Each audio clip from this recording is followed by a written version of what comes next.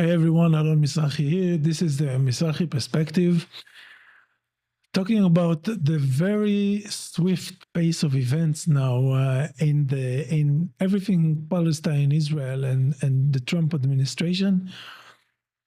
And I just said in my last video that the Israel lobby in the US was miscalculating big time and overestimating the power it has over the US and over the Trump administration. And the very next day, the US announced it was having direct negotiations with Hamas, which led to the release of an American-Israeli hostage, an IDF soldier, we have to say. And this happened the day after. And it was kind of funny. It was kind of funny, I have to say, because the big process I was talking about, and I have been talking about for some months now, we are seeing it now happening in real life, in actual events, and kind of fast. And just to give you a sense of where Israel is right now, which is not a good place. It is not a good place. Yesterday afternoon, right after the US announced that Idan Alexander was about to be released, because the US had direct negotiation with Hamas, sidelining Israel and Netanyahu completely and going over their heads. Right after this was announced, I looked at Israeli media sites, news sites, as I do every day, basically, because I want to get a sense of what Israeli establishments want the Israeli public to think. This is interesting for me, and I want to see how this is almost a sadistic or sadomasochistic kind of pleasure, because seeing the really twisted and deranged way things are conceptualized and portrayed in Israeli media, things all of us can see. And I mean, half the world is consuming Palestine-related news every day. I mean, and to see how Israeli media portrays it, it is a unique experience. Let me just say that. So yesterday afternoon, as I was checking Israeli website to see what they were saying about this big bombastic piece of news, they were reporting on this for a while, but then after like a half hour later or an hour later, a completely new news item took center stage, and it was like the headline on all Israeli news sites. And I don't see anyone talk about it, and because most commentators about Israel and Palestine don't read Hebrew and don't consume Israeli media. Anyway, that item said, and it was kind of scary, it said that Israel instructed, the IDF instructed, Yemeni workers in 3 big ports in Yemen to evacuate the ports because Israel was about to bomb them. This was with pictures and texts, and it was pushed, it was breaking, it was serious, it was major. And I was trying to understand if this attack was actually happening, and what do people in Yemen say? Is this thing happening? Are they actually evacuating the ports? But I was looking and searching, and there were no signs of an attack. There were no signs of an attack. And after about an hour, or maybe an hour and a half, this item disappeared from all Israeli news sites. And the attack never happened. So someone very high up in Israel, because not every officer and not every politician can leak or channel something like this to the media, to all journalists in Israel, all major or leading journalists, and tell them something like this is happening. You have to push this right now. This comes from Netanyahu or the Israeli chief of staff. These are like the two places where this kind of item can come out from. So they pushed this item out and announced this very big dramatic attack that's coming. And after an hour and a half, the item was pulled and the attack never happened. So someone, and not someone in Israel, because if someone in Israel had any doubts that this attack was going to take place, they wouldn't publish something like this. This is something you say when you're actually about to do this. So someone intervened from outside, and it could only be the White House. Okay, it's not London, and it's not Berlin, and it's not Paris. I mean, nothing happens in those cities, and they're fully controlled and owned by Israel. This came from Trump's White House. Someone made the call and basically canceled this attack after it was announced. And this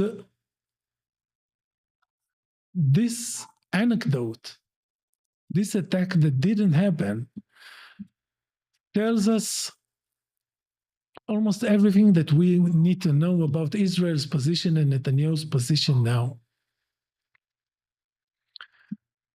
Because we are seeing, and we have been seeing in the last couple of weeks, more and more actions, and not just statements, like major statements, like Witkoff saying to the parents of Israeli captives in Gaza that Netanyahu doesn't want them released. He wants to prolong the war. And Witkoff makes sure this is leaked out. And this is a big thing to say. This is not minor. So statements like this, and also the delegate Trump sends to pick up Idan Alexander is Adam Buehler. And this Adam Buehler, and I hope I pronounce his name right, I'm probably not pronouncing his name right. He is the guy who, like 2 months ago, he was on an interview on CNN, and he said famously, it made noise when he said it, "We are not an agent of Israel, we are the US." And we were led to believe he was fired after these comments. And this basically made him famous because no one knew who Adam Buehler was at the time. But now Trump sent him to be his like personal messenger to see this thing through. And this was also a statement. So, and Trump is going to the Middle East and going to Saudi Arabia and going to Qatar and going to the UAE, but he's not going to visit Israel. He's not going to meet Netanyahu. He doesn't talk to Netanyahu. So what's going on? What's going on? I want to offer my explanation, and I have alluded to what I'm going to say today in previous videos. But today I'm going to break it down more explicitly. I want to explain what I think happened in the negotiations between Netanyahu's people, the Jewish Zionist lobby, and MAGA people, the MAGA strategists. Okay, the real people who come up with the strategy, the tactics, the big vision for the MAGA movement, and where Trump's White House and administration wants to go. Because I believe there was a deal between these two groups, and this helped helped Trump to get to the White House. But what happened there? I'm going to talk about that. But there's another major issue, something very important, which I don't want to miss. So I'm going to say it first. Trump was also sounded very optimistic today when he said a deal with Iran was very close. He sounded very optimistic. He said they are acting clever, they are acting intelligent, and he made it sound like a deal is not only very possible, it's imminent. And I want to say about this, when Trump made this deal with Yemen, with Ansar Allah,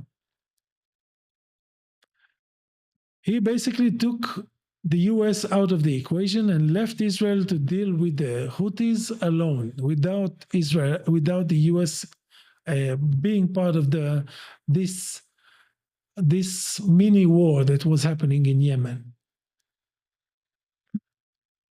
But if Trump makes a deal with Iran, this means that Israel can no longer attack Iran's nuclear facilities. This is what this means. This is the big, important aspect of it. Basically, Trump is severely limiting Israel's ability to influence the future of the Middle East, because an attack or a war with Iran is going to be a major event in the history of the Middle East, and maybe the final chapter in Israel's history as well. And when Trump signs a deal with Iran and reached a kind of understanding, it means that if Israel considers going after Iran and its nuclear facilities and nuclear capacities, it is hurting American interests. It is infringing on Trump's declared and pursued objectives and policies. And if Israel tries to attack Iran after it reached an agreement with the US, I am not entirely sure the US will rush in to help it. So this has a very significant importance for Iran and for Israel.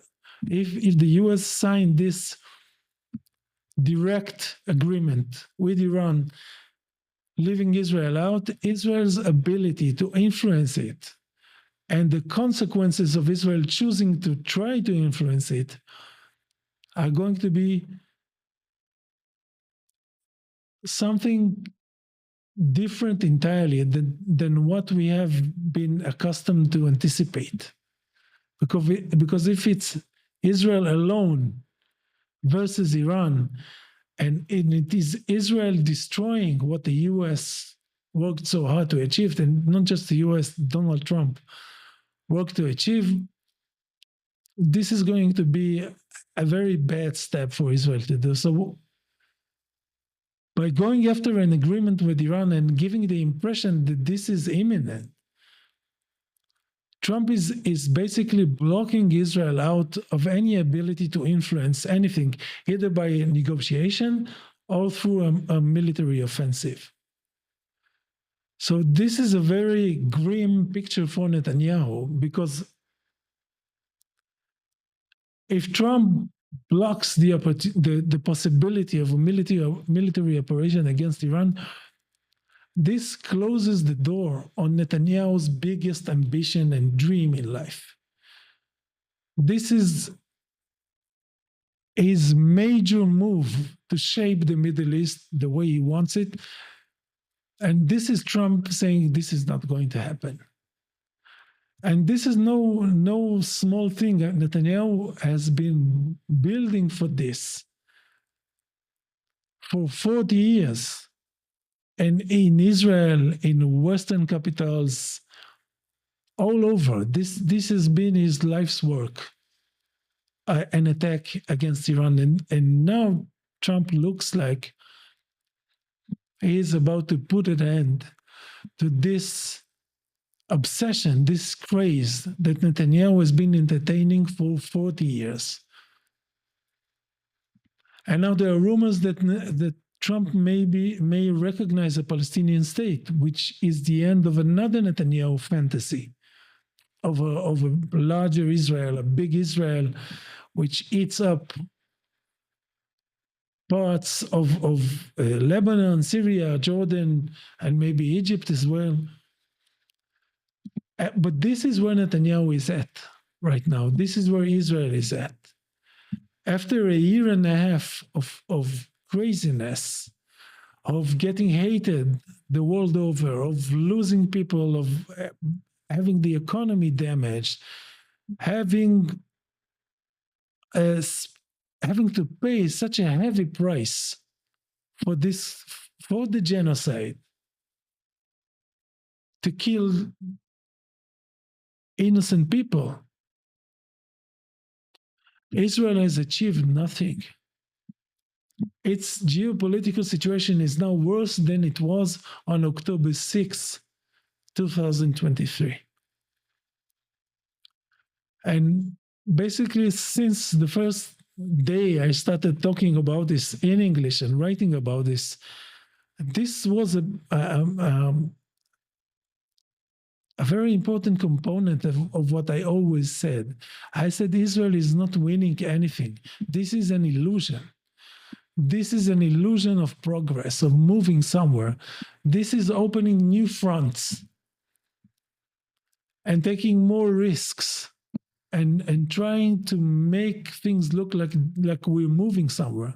But Israel was moving nowhere. And now, and this is the beauty of it, and this is what I'm going to talk about in a second. This is Donald Trump doing this to Netanyahu. This is Donald Trump and the Republican Party. And this is a thing of beauty. This is a thing of beauty because this is something we didn't see coming. And Netanyahu didn't see coming. And the Israel lobby, the Jewish lobby didn't see coming. Netanyahu has been a con artist his whole life. His whole life. He is a natural born deceiver. Okay, he lies like you breathe and walk and eat and do everything that you do naturally without thinking about it.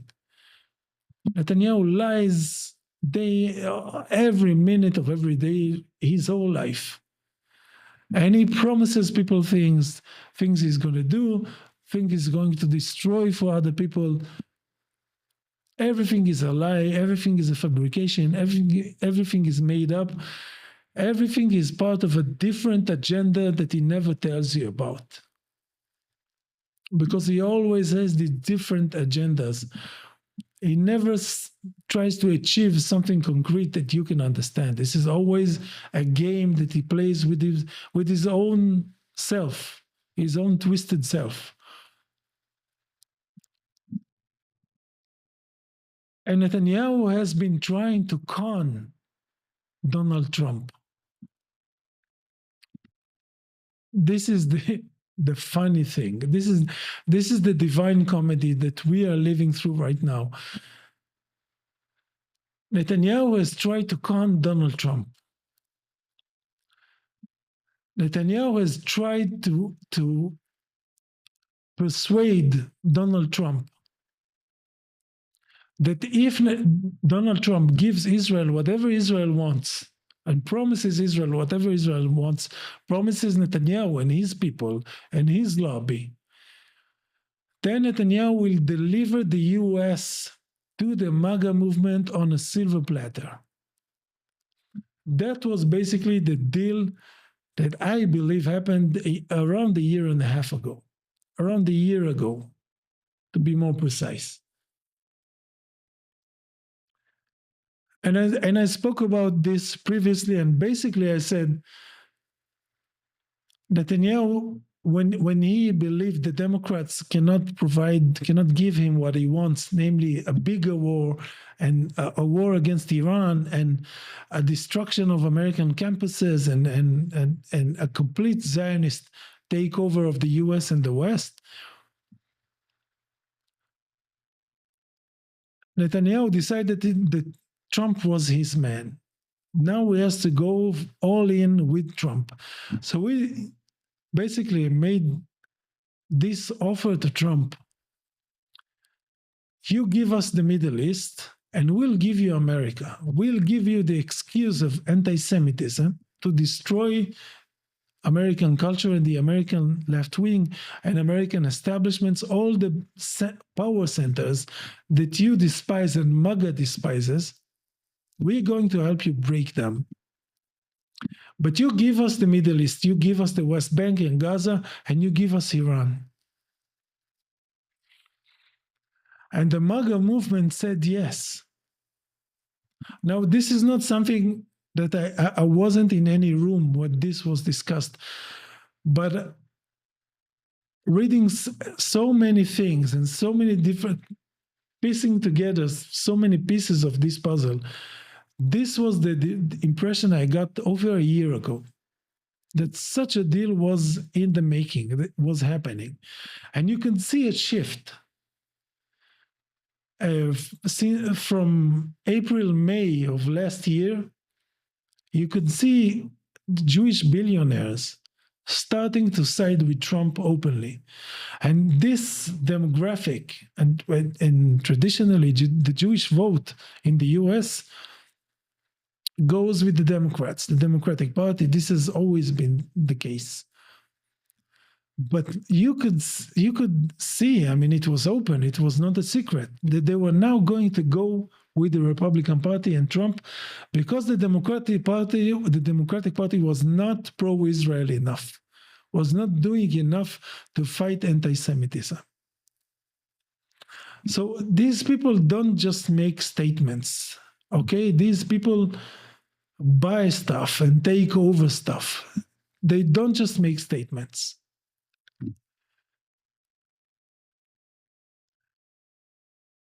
And this was the idea that they have. And they were relying, Netanyahu was relying, Netanyahu is a megalomaniac, a very serious one. They were relying on a sense of invincibility. We're going to get Trump to the White House. Trump is going to give us everything we want. And we have so much power over American Congress, over the media, over every aspect of power in the US, that we can make sure we'll get everything we want and no one can mess with us because we can go after anyone and we can push any narrative we want.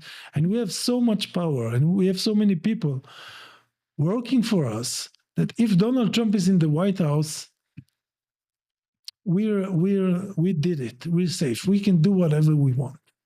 We can do whatever we want. And Trump is potentially going to deliver Iran to us.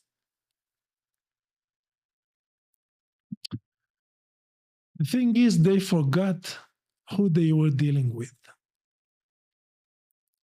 And this has two parts I want to talk about. The first part is the easy part, is the Donald Trump part. Donald Trump is the biggest con ever, right? Netanyahu is a con artist, but Trump is a major American con artist who's now president of the US. And you can't con such a big con artist as Donald Trump. You can try and be honest with him. You can try and say what your red lines are, where you draw the line in the sand honestly, what you can't do. But you can't try to trick and fool and deceive and manipulate him, because he is an artist in this game. He gets this right away. And I think that once Trump realized, and I think that he realized this in his first term, that Netanyahu cannot be trusted. You cannot make any agreement with him because Trump likes like fast, showy agreements and understanding, something you can celebrate immediately, happens fast, feels dynamic, makes him look powerful and the kind of person who moves and shapes reality. And he realized that Netanyahu was the kind of person that everything every concession you make, everything that you give him, everything that you offer him, he will use it to try to get something else. And when you make an agreement with him, he will always talk to other people around your back and try to extract something more or try to disempower you and harm you, because this is what they have been doing in the US. When the Democrats are in power, they help the Republicans defeat them. And when the Republicans are in power, they are helping. And we're going to see this shift now again. I promise you, this has already started. If Trump continues with this line, we're going to see this new Jewish democratic revival, saying that no, the Democratic Party is the one that really looks after the Jews. This is coming, I promise you. So Netanyahu tried to outcon Donald Trump and he failed miserably. And also, this is a foolish task, a foolish mission to try and follow, to con Donald Trump and not be honest with him and not let him feel secure that what you say to him is actually going to happen. This is not a good strategy to follow with Donald Trump. He loses his patience like a toddler.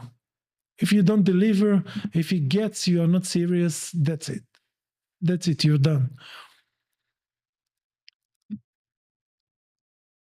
But Netanyahu was not only misleading Trump, he was making Trump look bad. He was and is making Trump look bad. And I think this is what brought Trump to this, because Trump almost snapped. You could sense it. He lost his patience with Israel and Netanyahu in a day. And I think that this happened because Trump is trying to build relationships with Arab countries in the Middle East. But Netanyahu wouldn't stop his war and his genocide, no matter what. No matter what, he doesn't agree to a ceasefire. He doesn't agree to a day after negotiations. He doesn't agree to let aid enter. He doesn't agree to a hostage deal. He doesn't agree to anything. He wants his war and his dead children, and he's not going to stop. And this makes Trump look very bad, because if Trump doesn't have any power over Israel and over Netanyahu, how does it make him look? Hamas, on the other hand, when Trump asked for Idan Alexander, they released him. They asked for nothing in return. They made a gesture. Because this is how you deal with Donald Trump. You show good faith. But Netanyahu is the opposite. He doesn't give anything. He doesn't give anything. And Trump has had it, because the entire Arab world in the Middle East, I mean, Saudi Arabia and Iran already got very close. They were almost on the verge of war, or involved in series of conflicts and clashes, and now there is a detente between Iran and Saudi Arabia, which China helped come true.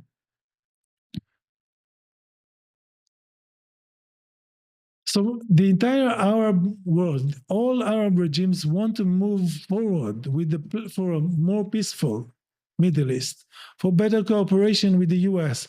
And they are willing to recognize Israel, but they are asking for Israel to recognize Palestine. But Netanyahu won't give that. They want Israel to stop the genocide, but Israel won't stop the genocide. So everybody wants to move ahead, but Netanyahu won't let them. And they're telling Trump, you need to make Netanyahu stop the genocide, because these images and videos coming out of Gaza every day is destroying the Middle East. This is bad for business. This is bad for the atmosphere. This is bad for the stability of our regimes.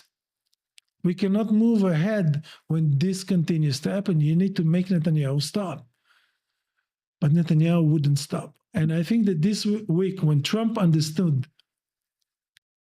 that Netanyahu is not willing to give up this major new offensive that he plans in Gaza.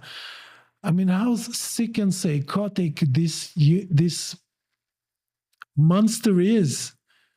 Who are they going after in Gaza? Everything is destroyed.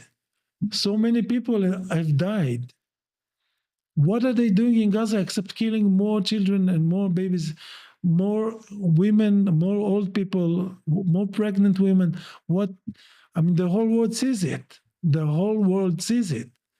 But Netanyahu can't stop. As I said not in my previous video, but the one before that. He cannot stop for Zionism and his political reasons. No one can stop and go back now. No one in this Zionist constellation. So Trump has had enough. Not only is Netanyahu trying to manipulate and deceive him and corner him all the time and show him to be not effective and not powerful as a president, which Trump hates. He also always makes him look bad and destroys any chance of resolution, any chance of progress, of moving to a different place. Netanyahu won't allow this to happen. So Trump said, okay, that's it. That's it. So this relates to almost the personal realm of things between Netanyahu and Trump. I think there's a bigger story here. There's a bigger story here, and I think you're gonna like it. Anyone who's still listening at this point,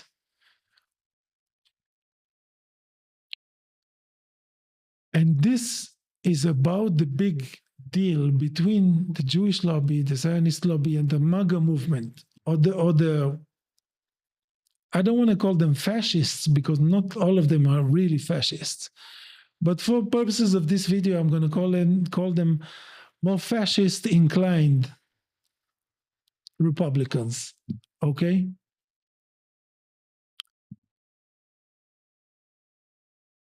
Netanyahu thought, and the Jewish lobby thought, that they were fooling this group of people and helping them to get in power, to get what they want, to get what Israel wants. Okay? But they were conned here on a big strategic level. Because what the MAGA movement realized, and what also European fascists realized,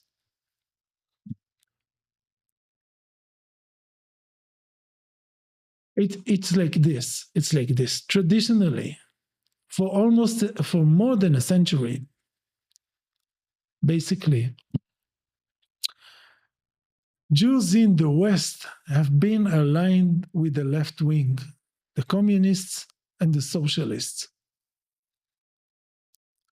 Like in a huge proportion, okay? Mostly in every Western democracy and in the US, Jews have been part of the progressive side of politics, the progressive, socialist, communist, and so on. And if you were a fascist in the West,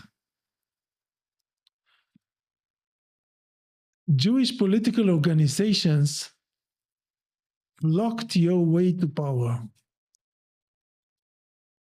They stood in your way. They disrupted your efforts, and mostly they succeeded because they had a lot of power, a lot of influence, a lot of financial resources. So for some generations, 3, 4, 5 generations in European politics, I mean, since even before the communist revolution in Russia, Jews have been from radical communists to socialists, mostly in France, in the UK, in the US, in all Western countries, basically, even in Iraq, political Jews, some of them who were political were communists. When communism was a thing in Iraq, Jews played a role in it. Because, and this makes a lot of sense, because if you're part of a minority, it makes sense that you will want a vision of a society that is more egalitarian. It is not organized around race and ethnic doctrines and ideologies and beliefs and histories. You want things to be more equal, basically. More equal. You'll be focused on equality if you come from a minority, just like Muslims in Europe and the US are now. Most of them are on the left wing, and it makes a lot of sense. And Jews have been on the left wing for some generations. So if you're in America first, a MAGA strategist, and you want to gain power in the US, the Jews, the progressive Jews, stand in your way. So how do you cause them to do an about face? How do you bring Jews to join the fascists, to join the right wing, to join the racists, to join the nationalists, all the people who always hated them in Western politics? How do you do that? This was the brilliant breakthrough of the MAGA movement, and to some extent of European fascists who are less sophisticated.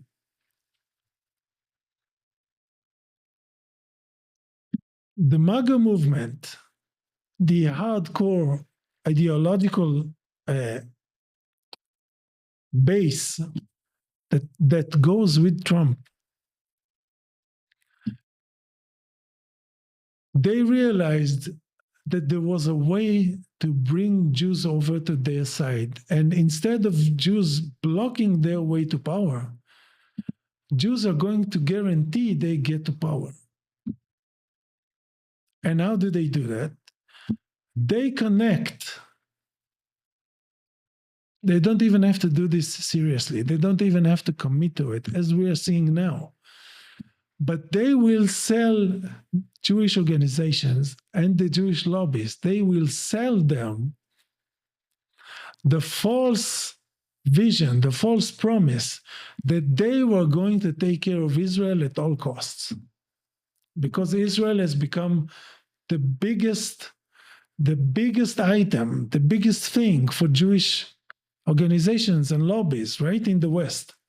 They forgot that they were left-wing and humanists and universalists and all those nice things, and egalitarian and socialists. They became obsessed with Israel above anything else. So the MAGA movement realized that the way to break the Jewish affiliation with the left wing was through Israel. So by promising the Jewish lobbies, the Zionist lobbies, by promising them to be extra on anything Israel, this is how they broke the system. This is how they got Jewish billionaires to support them. And this was what MAGA was doing to Jewish lobbies as Jewish lobbies believed that they were fooling the MAGA movement and promising them things they never intended to fulfill. So this Netanyahu was conned not only on a personal basis, because there's a personal element to this as well. I mean, all this theater that Trump was having in the White House, remember the chair thing? They were fooling Netanyahu. This was a honey trap operation. They made Netanyahu comfortable. They fooled him. They made Netanyahu believe that he ruled over them, that he was the boss of America. But the MAGA doesn't want an outsider boss from America, and especially not a Jewish one. They don't really want that. But they led Netanyahu to believe that they actually agreed to it. This was this whole thing. This is the out of the deal. This is the out of the deal. This is Trump's masterpiece. What he did to Netanyahu. This double con, the personal con, but also the geopolitical one. Because once the fascists, the MAGA, the America First core of the Republican Party and the Trump circle, once they guaranteed the Jewish power or enough of Jewish power is going to help them to take the White House and to take over America,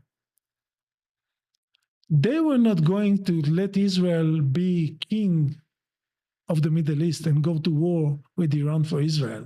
Forget it. They never meant it.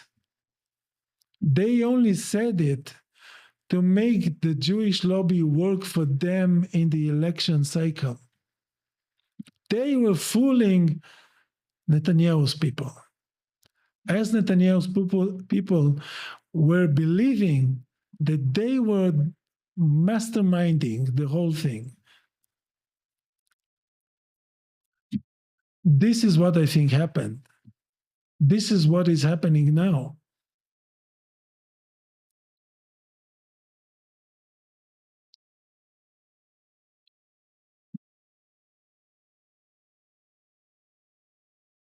And the beauty of this plan is this MAGA fascist plan to use Jewish power.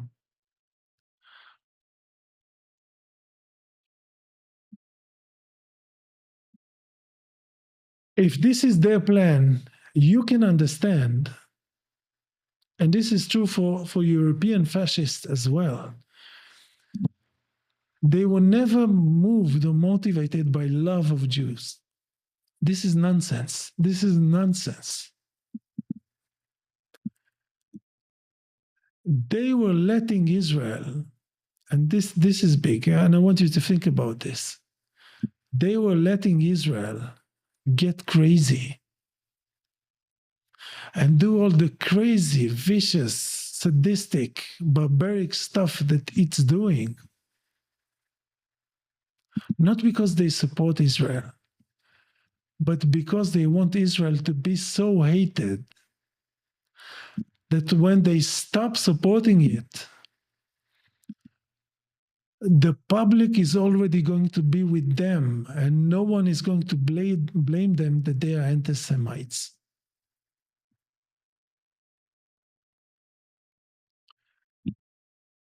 Part of, I think, at least the hidden psychology, especially in Europe, I think in the US, again, they are a little bit more sophisticated.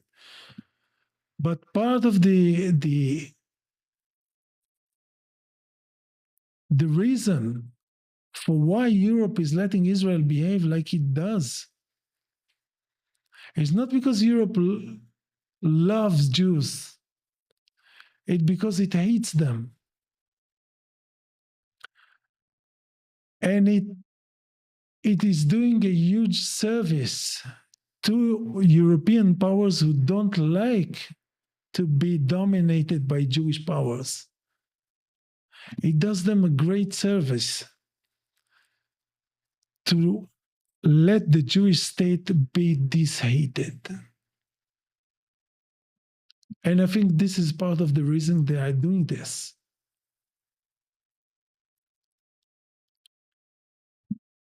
And now, when Trump and the MAGA movement are going to throw Israel under the bus, as I believe they are going to do, I don't believe they are going to war with Iran. And by the way, if they do this, they could not defeat the Houthis. What are they going to be able to do against Iran? This is madness. But if they do decide to go to war with Iran, this is also, I welcome this war because this is going to end Israel and the genocide. So both options are good for me. If MAGA throws Israel under the bus and Netanyahu under the bus as things look, they are going now, this is excellent. But if they do go to war with Iran, which again doesn't seem very likely now, this is also excellent. This is where Netanyahu brought Israel and himself. After all these years of trying to manipulate and relying so heavily on his imagined power over the US and the West. Now he's got himself cornered and he has nowhere to go. He can't back out. And he can't move ahead because he can't go to war with Iran on his own. It would be suicide. And he can't recognize a Palestinian state because he spent his whole life warning of the catastrophe that the Palestinian state would be. And his partners in his coalition are going to kill him, basically. He can't do that. It will make him a mockery, a joke. So what can he do? He's stuck. And Trump now has all the license and all the freedom and another beautiful aspect of this whole intricate maneuver that I've described, and I think it may sound complex, but I think it is very plausible because they are not stupid people. But the other beautiful element, and this is, I'm going to finish with this. Not only has the American fascists, the MAGA movement, the America First movement has been able to fool the Jewish political powers to support their agenda, not only have they allowed or encouraged Israel to destroy its own reputation and destroy and make the Jewish state so unpopular that it's going to be so easy for them to abandon it, to downgrade their relationship with it. They have circled the Democratic Party. I mean, just think about it. Donald Trump and the Republican Party is going to be the one that's stopping Israel and stopping the genocide. Think how profoundly this undercuts the Democratic Party. What is the Democratic Party going to say in the next election cycle? What do they even stand for? What do they even stand for? If the Republican Party is able to create such unbelievably strategic change in American foreign policy and degrade and devalue and decrease Israel's power over US affairs and create more peace, stability, and understanding in the Middle East while doing so.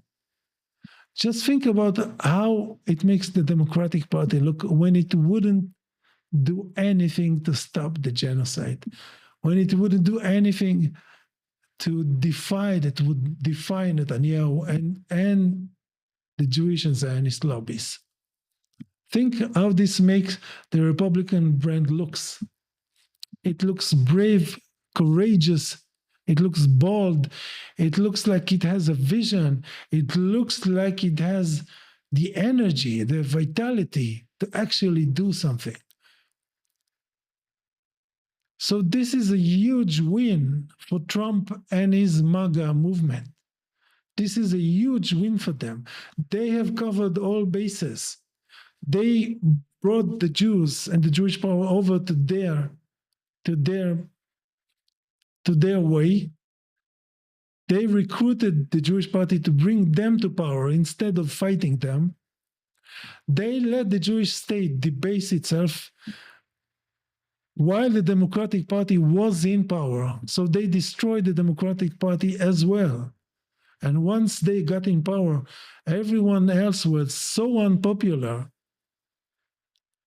And no one believed the change was possible, that what they do and what they are about to do is going to give them unbelievable amounts of political glory. This is glory. If Trump stops the genocide and contains Israel and does something serious to weaken the control of AIPAC and ADL and other such organizations over American politics, how are the Democrats going to compete with this? Even young Americans, young political Americans, how are they going to attack this? I mean, after a year and a half of genocide, the airplane that Trump got from Qatar finally got Democrats to speak. This is the first time I heard liberals and Democrats open their mouths regarding anything that's remotely related to the Middle East in a year and a half of genocide. This doesn't look good. This is what they say. This doesn't look good. That an American president gets a free airplane from a foreign country. This doesn't look good. This doesn't look good.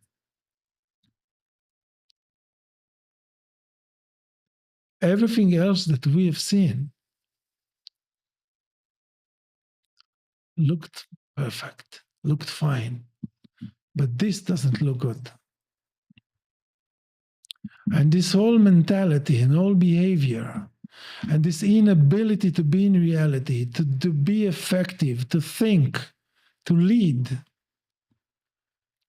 this is making Donald Trump look like a giant.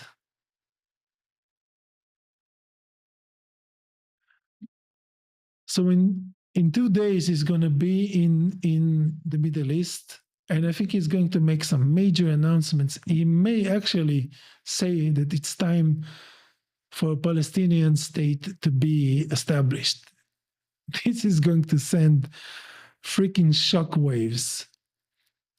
And he's going to say the genocide must stop, the war in Gaza, as he would call it, has to stop. He's going to actually do stuff. Because unlike other American politicians, as I've said in my previous video, he is not dependent on establishments, and he is not dependent on the media portraying him positively. You can't threaten Trump with bad publicity. They said everything about him already.